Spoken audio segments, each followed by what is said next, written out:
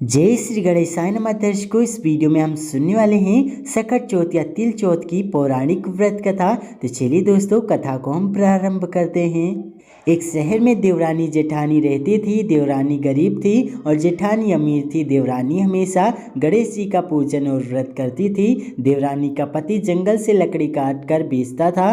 देवरानी घर का खर्च चलाने के लिए जेठानी के घर काम करती थी और शाम को बचा हुआ खाना लेकर जाती थी।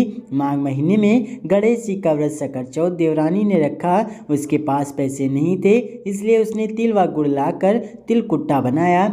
पूजा करके तिलचौथ की कथा सुनी और जेठानी के यहाँ काम करने चली गई। सोचा शाम को चंद्र को अर्घ देकर जेठानी के यहाँ से लाया खाना और तिलकुट्टा खाएगी। शाम को जब जेठानी के घर खाना बनाया तो उसके जेठानी का व्रत होने के कारण सभी ने खाना खाने से मना कर दिया। अब देवरानी ने जेठानी से बोला, आप मुझे खाना दे दो जिससे मैं घर जाऊं। उस पर जेठानी ने कहा कि आज तो किसी ने भी अभी तक खाना नहीं खाया, तुम्हें कैसे दे दूं? तुम सवेरे ही बचा हुआ खाना ले जाना। देवरानी उदास मन से घर चली आई। देवरानी के घर पर पति बच्चे सब आस लगाए बैठे थे कि आज तो त्योहार है, इसलिए कुछ पकवान आदि खाने को मिलेगा।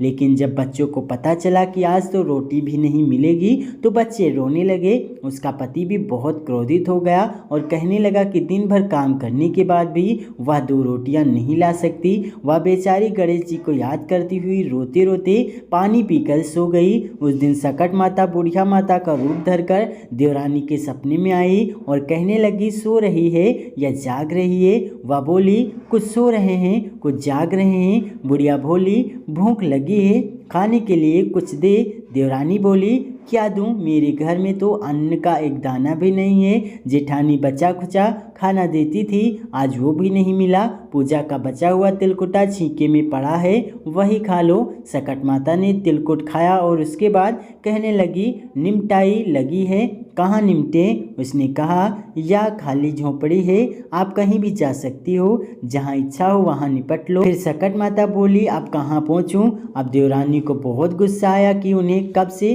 परेशान किया जा रहा है, सो बोली कि मेरी साड़ी से पहुँच लो। देवरानी जब सुबह उठी तो यह देखकर हैरान रह गई कि पूरा घर हीरो और मोतियों से जगमगा उठा है। उस दिन देवरानी जेठानी के काम करने नहीं गई। जेठानी ने कुछ देर तो राह देखी, फिर बच्चों को देवरानी को बुलाने भेज दिया। जेठानी ने सोचा कल खाना नहीं दिया था, इसलिए शायद देवरानी बुरा मान गई होगी। बच्चे बुलाने गए। देवरानी ने कहा कि बेटा, बहुत दिन तेरी माँ के यहाँ काम कर लिया। बच्चों ने घर जाकर माँ से कहा कि चाची का पूरा घर हीरों और मोतियों से जगमगा उठा है। जेठानी दौड़कर देवरानी के पास आई और पूछा कि यह सब कैसे हो गया। देवरानी ने उसके साथ जो हुआ वह सब कह डाला। उसने भी वैसा ही करने की सोची। उसने भी सकट चौथ के दिन तिलकुटा बनाया।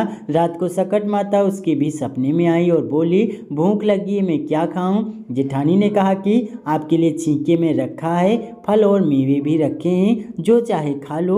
सकट माता बोली, अब निपटे कहाँ? जेठानी बोली, मेरे इस महल में कहीं भी निपट लो। फिर उन्होंने बोला कि अब पहुँचूं कहाँ? जेठानी बोली, कहीं भी पहुँच लो। सुबह जब जेठानी उठी तो घर में बदबू गंदगी के अलावा कुछ नहीं था। हे सकट माता, जैसे आपने देवरानी पर कृपा की वैसी सब पर करना।